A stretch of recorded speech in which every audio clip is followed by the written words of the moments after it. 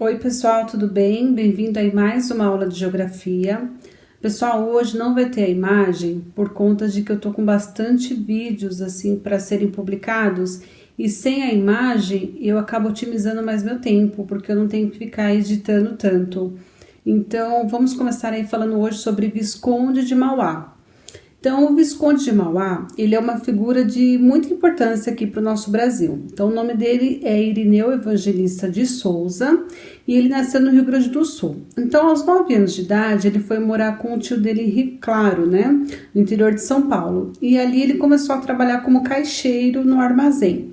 Então, ali ele trabalhava das 7 às 22 horas em troca de comida e abrigo.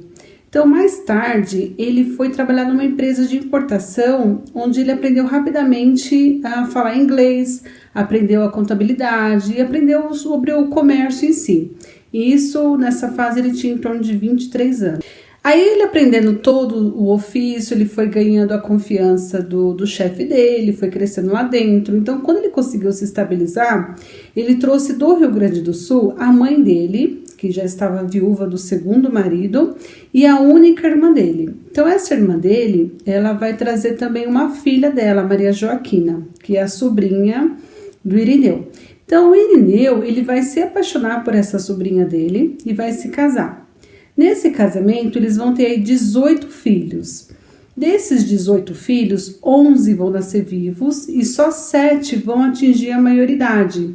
Isso tudo por quê? Pela incompatibilidade sanguínea, né? Eles eram parentes muito próximos.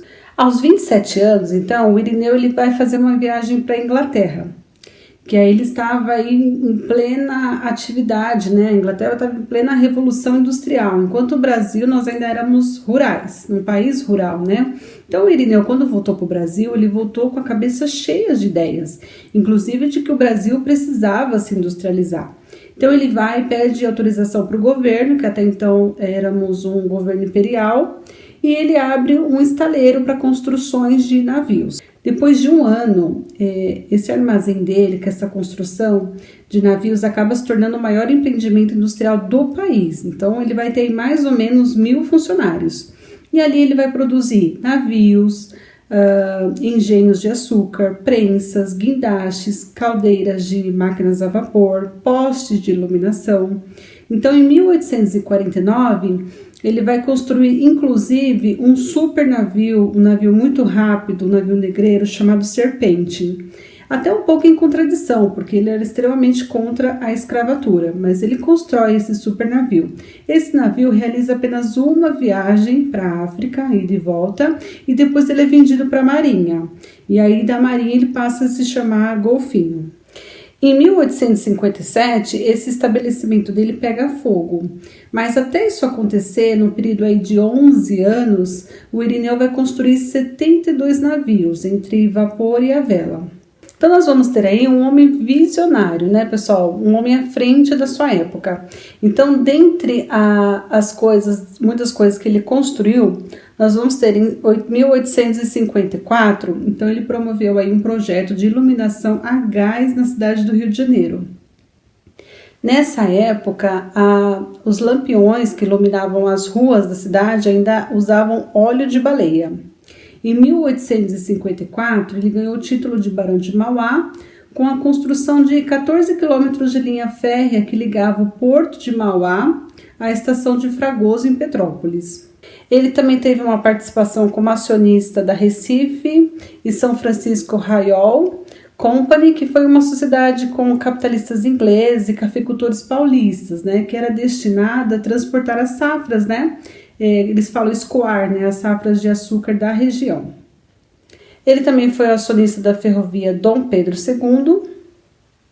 Em 1867, ele custeou a estrada de ferro Santos-Jundiaí, que foi aí a 5ª ferrovia do país. Em 1852, ele fundou o Banco de Mauá, que, segundo Julius Verne, foi um dos principais bancos da América Latina. Apenas 8 anos depois, em 1860, houve uma diminuição no Brasil, né, nas taxas de importação de máquinas e ferramentas.